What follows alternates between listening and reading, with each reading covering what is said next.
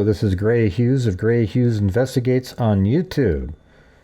As you remember, a few months back, I interviewed an individual named Chase regarding the Stephan Stearns case. He was one of Stephan Stearns' friends from a long time ago, and he mentioned that Stephan Stearns brought a friend with him to a party, an Asian girl who was 17, according to Stephan Stearns, but was actually only 14 years old. She says she looked like she was about 12 at the time because she only weighed about 80 pounds and was 4 foot something. And if you take a look at that, it makes you wonder if Stephan Stearns picked her because she resembled the look of what his true desires really were. I am going to lead into the interview by playing a portion of the interview with Chase that referred to this girl. Okay, so let's get started on this video right now. There's one time recently, and that's because she actually messaged me today. She's married with kids now and everything like that, but there was one girl who messaged me, and we didn't let him bring her to parties. I mean, he had to be 20, probably 20 at the time, and he was dating a girl who was 17. And we were like, no, sorry, she's not allowed. So none of us really interacted with her, so I don't really know too much about that, but we do know he was dating a young girl. And what did she look like? None of us... Was she really... She was young? Asian. Oh, she was Asian and really small then? Yeah, she was tiny and Asian, yeah. Okay. She was literally tiny and Asian. I mean, 4'11" maybe. And, so we thought that was a little weird, but this girl had messaged me earlier today, and she made a comment about that same thing that I'm saying now. And we were all told she was 17. She told me today on Instagram that she was 14 at the time. So that wow. Dramatically changes all of that. I'm the quote-unquote girl that was 14 that nobody knew I was 14 at the time. You mean the one I just brought up just now? I mean, I literally just said that. Yes, now. I know. That's why I called in. Oh, that's why you called in. Oh, wow. Okay. Yeah, I was like, maybe it's time. So he always gave me creep vibes, but I had like a really bad home life. So it kind of gave me like an outlet. But he's always been like really, really weird. But the last time I ever saw him, he was like super, super angry. And I will say this, that there was like a mention of like parties in one of like the interviews that you had done. Yeah. I went to a couple of those parties, so I don't really know as to why they like that person would have said that I hadn't been to those parties, because I was definitely taken to parties for sure. Mm-hmm. So you were like in 8th grade going to those parties, or were you like a freshman? Yeah, he actually used to pick me up from school. And how old was he at the time? I'm 33 right now, so we had like a 5-year age gap. Okay, so when you were 14, he's 19? Yeah. Mm-hmm. And how did you guys meet? We met on MySpace. MySpace. I had zero parental supervision growing up. Like I said, I had like a really bad home life. Did he sort of entice you somehow? I mean, how did he find you? Absolutely. It took me a really long time before actually like meeting up with him. But so like I think around the time that I met up with him, I was still probably 14. But originally, I think I was like probably 13 when I first started talking to him on MySpace. But like, how did he find you on there? I honestly cannot remember how, if I added him or he added me. I could not tell you, to be quite honest with you. And were you guys like boyfriend, girlfriend, or? I wouldn't say that. It was more so like an escape for me. Like I said, I had a really bad home life, so I just kind of used that as like an escape to just kind of get away from my home life. Like it was pretty bad. Like now that this whole story comes out, I mean, what are some of the thoughts that you have back at that time? You know, when you think back, I mean, I didn't know anything that was wrong. And I mean, like I said, it was probably a good year before I actually, like, when I was talking to him online, before I actually, like, met up with him. So you were 13 when you started talking to him? I believe so, yeah, around there. Wow. Because I was in middle school. You're in middle school, and then he literally is taking you to a party when you're not even in high school yet. Yeah. It was. I mean, some girls look older. Situation, I would say that. I remember a couple of them, where people would ask, like, why are you here? You're obviously not old enough to be here. Yeah, so some people could tell that you were too young. Yeah, absolutely. I mean, it sounded like even the guy, I think it was Chase that talked about that. I can't remember exactly who, but yeah, he was talking about that. It sounded like he thought you looked really young. I think I remember maybe like one or two parties that I'd ever seen him at, but it was more so other parties. It's been what, almost 20 years, to be quite honest with you. So like my memory is a little bit foggy from back then. Yeah, but like he would come pick you up, just you and him, and he picked me up from school. From school? Sure. Like you get out of school? He picked me up from school. Well, explain how that all went down. Well, so when I was in high school, I think I was a freshman, because it couldn't have been anything more than that. I think I was a freshman, and it was raining, and I had like missed the bus, and he picked me up from school, and I literally remember very, very clearly that it was raining, I missed the bus, and I needed a ride home from school. Mm-hmm. And did he just give you a ride home? Oh, no. Nope. It was, you're coming home with me. And that was not the plan. That was not what I wanted, but I just wanted a ride home. Like I said, I had a really bad home life. My mom wasn't there for me. My dad was deployed. So, like I said, a really bad home life. Do you think he played on that fact that you were, had a kind of a crappy... He knew I had a bad home life. He knew, like, my parents weren't there for me. So I definitely do think that he played on that fact that he knew that I didn't really have, like, anyone around me to protect me. So he probably found that out, like, on MySpace, having conversations with you. You think he was kind of like grooming you, really, right? Absolutely. Maybe, I don't know if you feel comfortable. Like, what are some of the other things that he would do psychologically, whatever, to try to groom you? I mean, a lot of things where I would say forceful. That's pretty much the extent of like what I'm comfortable saying, is that a lot of things were forceful. So that sort of seems like he knew your situation and just really took advantage of it and didn't try to slowly groom, right? It was just kind of like he knew your situation and took advantage of it. Absolutely. And I mean, ironically, I went to the same middle school that Maddie went to. Oh, really? Jeez. Absolutely. Yep. It's kind of crazy. So you actually lived at the time in Kissimmee? Not anymore. I don't live in Orlando anymore. I just have kept the same phone number for a really long time. Oh, I wasn't even looking at that. But so so that's not even in Kissimmee, right? That school, just a little outside of it. No, it's in Hunters Creek. That's so right. It's in like the outskirts of like Orlando. So what else? Yeah. What are some of the other things you've wanted to talk about? I mean, I just wanted to come on here and like clarify that like, the one video that you did where it was like, oh, like people are in the comments and saying, oh, that's the Asian girlfriend. Definitely not me.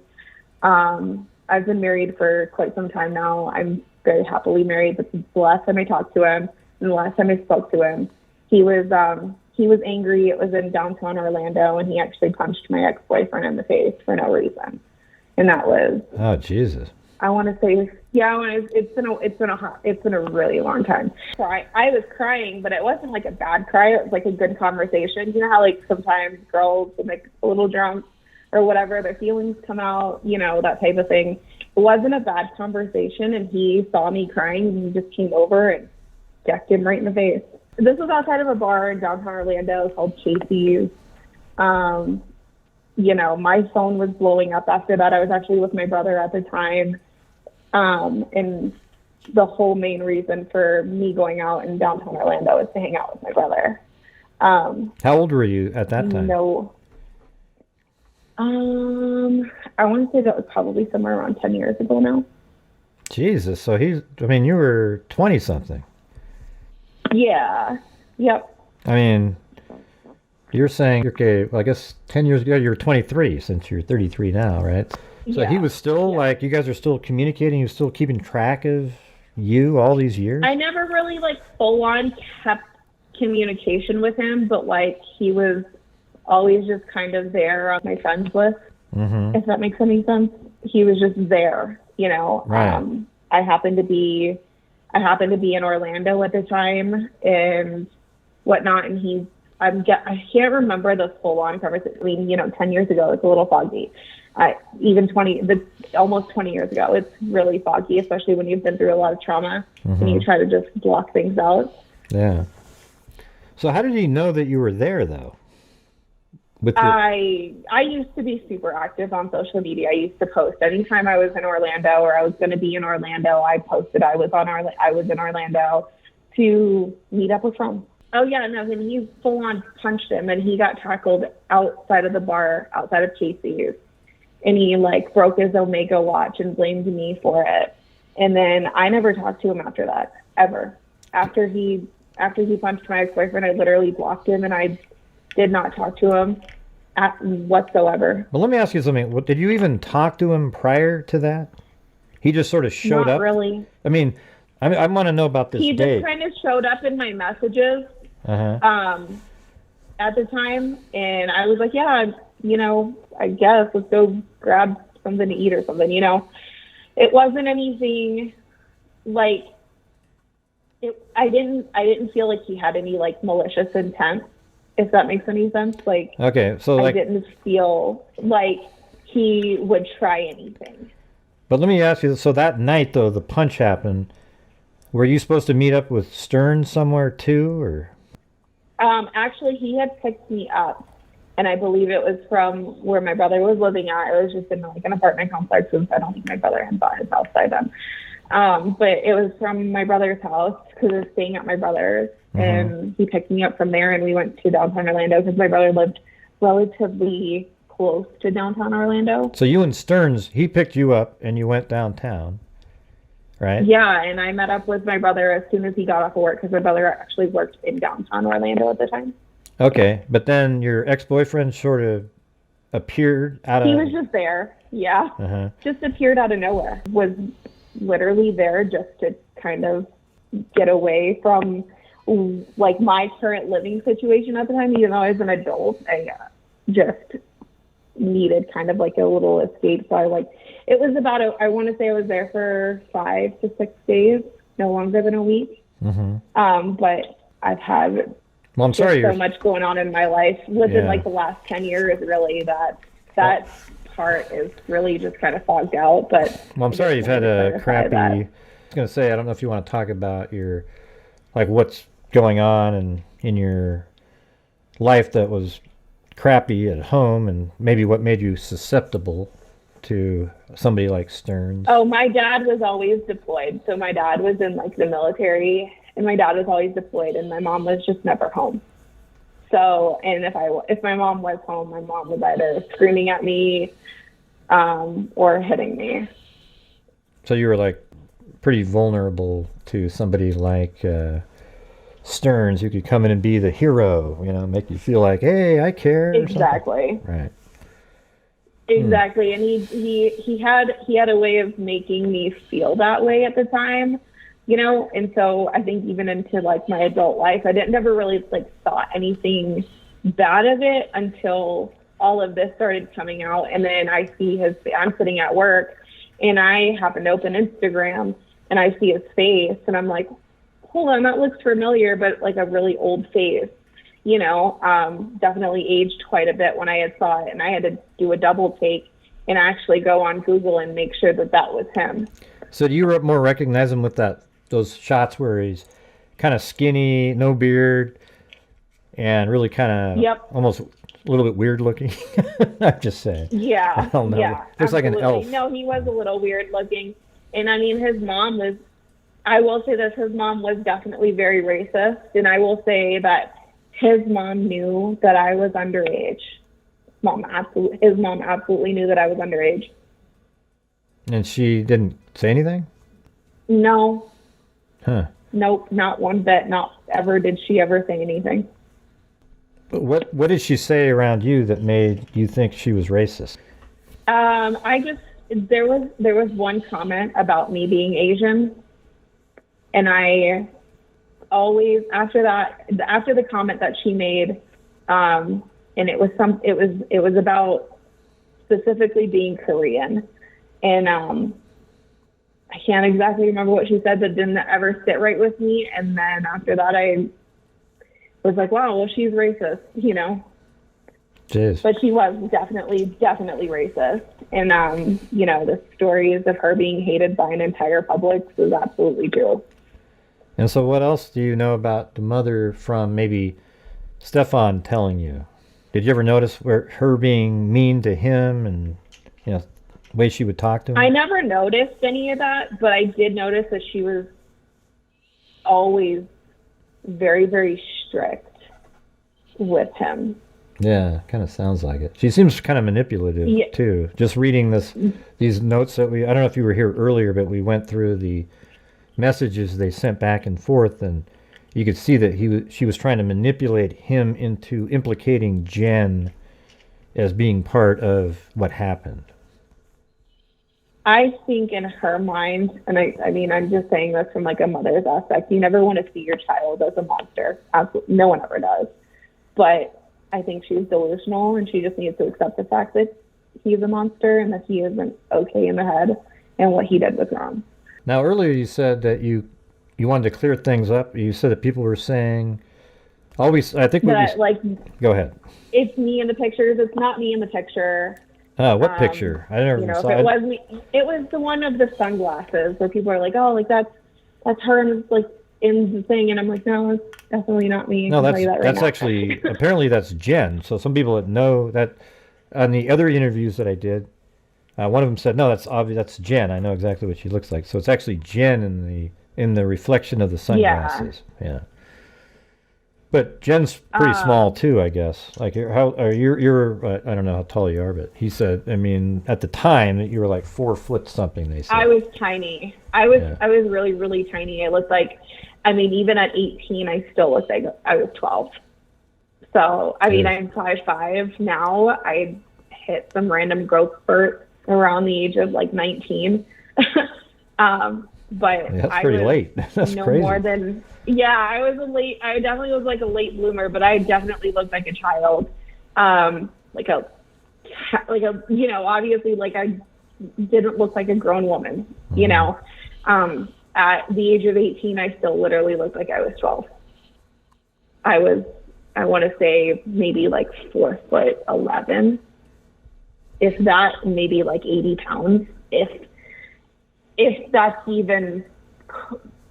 I couldn't have been more than 80 pounds, and I couldn't have been taller than 5 foot at the age of like small.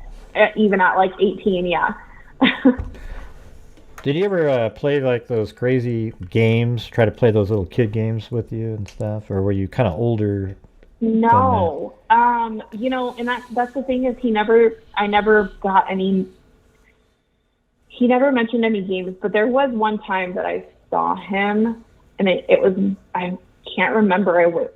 I want to say it was at his house, because it had to have been at his house, but he had his girlfriend at the time there, and he was like pulling out guns galore, and there's like this like little tiny gun that literally looks like a toy. I think it's a 25 caliber. Those are really little. Yeah, they're really, really tiny, like really tiny. And I can remember him pulling that out and showing me, and I was like, oh, well, like, is this a toy? And he's like, no, it's real. Okay, well, I don't want it, you know. Right. So what else can you think of when you go back? Any sort of things that you would talk about? Could you see him doing what he ended up doing? Could I see him do what he ended up doing? I mean, now that you see it, is it shocking to you, or is it? No, it's not shocking. Not at all. I feel like if I had known about anything of like stuff being on his computer. I probably would have been a whistleblower at that point. If I was one of those roommates and I had known, I would not have been paid off. I would have taken the money and I still would have went to the cops. So you were going to those parties around that time that he was at the apartment and that happened, right? So I never knew him to have a place of his own. He always lived with his parents. Interesting. So that might have been after. That might have been after that then, the apartment incident. Yeah, probably. Yeah, there was a time where, like I said, I cut off communication from him for a really long time. I didn't have access to a phone. I didn't have access to a computer, that type of thing. So, I cut off. I didn't have a choice but to cut off, everybody. Well, how did he sort of learn? How did he get to be able to communicate with you again? Like after you cut him off, what would he do? I had Facebook. What was that? I had Facebook, and then he added me on Facebook. He just sort of looked you up and found you, and then he added you, and then you struck up a conversation again? And I remember this, though, is like I had a Facebook account, and then like I couldn't remember my password for it. And then I had a new Facebook account, and he added me again on there. I do remember that specifically. Yeah, man, that's pretty crazy. I mean, so you just happened to be watching my show tonight and said... I've watched a couple of the streams, even on like some of the other call-ins. And I've wanted to call in, but I never did. And I was, sitting talking to my husband, and he's like, I wouldn't do it. People are just going to trash talk you, blah, blah, blah, blah. It is what it is. Someone's going to trash talk me. I don't care. I got pretty heavy into it in the beginning because I was like, like I said, was it shocking? No, but yes, at the same time, if that makes any sense. It was like, it was like you get this weird feeling when someone has done something so wrong. Yeah. So how's your life going now? Oh, it's great. That's very cool. That's so awesome. It's really, really great. I actually just got back from a trip from the coast of Oregon. Hey, but I appreciate you taking the time to call in, and I think everybody in the chat's really happy that your life all turned around. You're a really good place now. Kids, great husband, and you're happy compared to what it sounded like you were going through when you were younger. Oh yeah, I mean, I feel like if you're a child and you're stuck in a really crappy situation, wouldn't you want to make your life better? And that's what I did. So yeah, well, good for you. I wasn't going to stay stuck in a really bad situation at all. Well, there you have it, everybody. That was an interview with one of Stephan Stern's ex-girlfriends, or at least somebody he was seeing. And he was about 19 at the time, and she was 14, but she looked 12. And that was the story that Chase, one of the people I interviewed a few months back, mentioned in the call-in that he did all those months ago. But you have to wonder, did Stephan Stearns pick her because she looked like she was about 12 years old, and she was sort of acting as a surrogate for what Stephan Stearns' true desires really were? Let me know in the comments what you think about that interview. All right, so thank you all very much for watching. I appreciate you being here. Hit that like button, share the video, and subscribe. And, as I always say, until next time, be safe out there.